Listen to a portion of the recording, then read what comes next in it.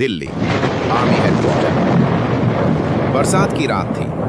आसमान में बिजली चमक रही थी। मेजर विक्रम सिंह फाइलों में डूबे हुए थे। वीर चक्र मिलने के बाद वो अब साइबर इंटेलिजेंस डिवीजन से जुड़े थे, लेकिन उनके चेहरे पर कोई गर्व नहीं था, बल्कि चिंता की रेखाएं थीं। दरवाजा खुला। ब्रिगेडियर मेहरा अंदर आए। मेजर, हमारे पास समय नहीं है। रॉ ने रिपोर्ट दी है। फैंटम 2.0 एक्टिव हो चुका है। विक्रम चौंक गए। लेकिन सर, हमने तो सियाचिन में उस प्रोजेक्ट को नष्ट कर दिया था। नहीं विक्रम, असली फैंटम वहां था ही नहीं। वो तो बस प्रोटोटाइप था। असली वर्जन छाया नेटवर्क के हाथों में है। विक्रम उसी रात घर पहुंचे। रिया डिनर टेबल पर उनका इंतजार कर रही थी। आज बहुत देर कर दी? रिया ने पूछा। विक्रम ने थकी हुई मुस्कान दी। देश के काम में समय का हिसाब नहीं चलता। अनन्या, उनकी 6 साल की बेटी, भाग कर आई। पापा, देखो मैंने क्या बनाया।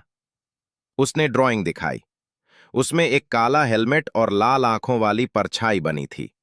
विक्रम सिहर गए। ये किसने दिखाया तुम्हें? अनन्या मासूमियत से बोली। कल रात खिड़की से एक अंकल दिखे थे। वही हेलमेट पहने थे। रिया घबरा गई। विक्रम, कहीं ये? विक्रम ने उसे रोक दिया। कुछ नहीं, शायद सपना होगा। लेकिन अंदर ही अंदर वो समझ गए, छाया नेटवर्क उनकी फैमिली तक पहुंच चुका है। 2 दिन बाद मिशन का आदेश आया। Arunachal Pradesh, Myanmar border. छाया नेटवर्क का अड्डा यहीं है। विक्रम की टुकड़ी बनी। लेफ्टिनेंट कविता, स्पेशल कमांडो। पहली बार महिला ऑफिसर उनके साथ। नायक अजय का भाई संदीप, बदला लेने की आग लिए। और साइबर यूनिट से रिया, सिविलियन अटैचमेंट पर। घने जंगलों में रात का ऑपरेशन शुरू हुआ।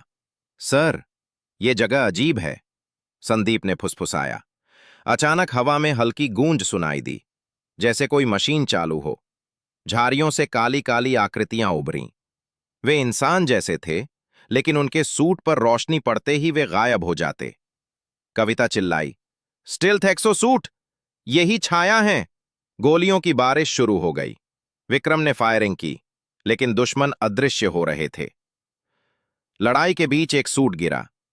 हेलमेट हटाया गया। अंदर भारतीय आर्मी का जवान था। संदीप दहाड़ा, ये तो हमारे ही लोग हैं। विक्रम स्तब्ध रह गए। छाया नेटवर्क सिर्फ बाहर से नहीं, अंदर से भी पनप रहा है। कैंप पर लौटकर विक्रम ने डेटा सर्वर हैक किया। स्क्रीन पर एक कोड उभरा, project phantom 2.0। Launch location, ISRO space centre, Andhra Pradesh. Riya ने चौंक कर कहा, अगर ये लॉन्च हो गया तो भारत के सारे सैटेलाइट ब्लाइंड हो जाएंगे। इसरो सेंटर। रात के 2 बजे। अलार्म बज रहा था। छाया नेटवर्क के गार्ड्स ने जगह घेर रखी थी। विक्रम और टीम चुपके से अंदर घुसी। कंट्रोल रूम में एक शख्स खड़ा था, भारतीय आर्मी की यूनिफॉर्म में, लेकिन आंखों में खून का नशा। विक्रम, तुम आ ही गए। वो कोई और नहीं, बल्कि ब्रिगेडियर मेहरा थे। विक्रम अवाक रह गए। सर, आप? मेहरा हंसे। देशभक्ति का क्या फायदा जब दुश्मन डॉलर में भुगतान करता है। मैं छाया नेटवर्क का असली मुखिया हूं।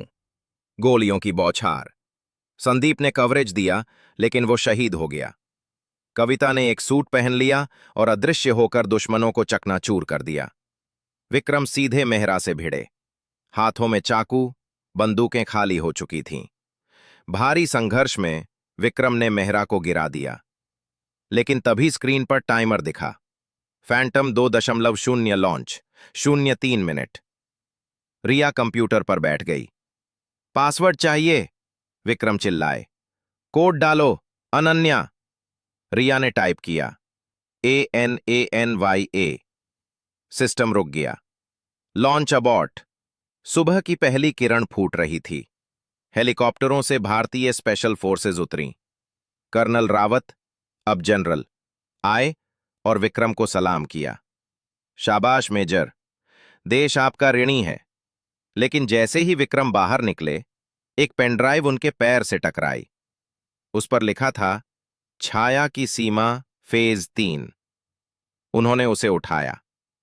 पेनड्राइव लगाते ही स्क्रीन पर एक वीडियो चला। काली हुडी पहने एक शख्स बोला, विक्रम सिंह, तुमने फैंटम 2.0 रोका, लेकिन असली खेल अब शुरू होगा। मैं हूं छाया नेटवर्क का मुखिया। स्क्रीन अंधेरा हो गया। विक्रम की आंखें ठंडी पड़ गईं। ये लड़ाई खत्म नहीं हुई। ये तो अभी शुरुआत है।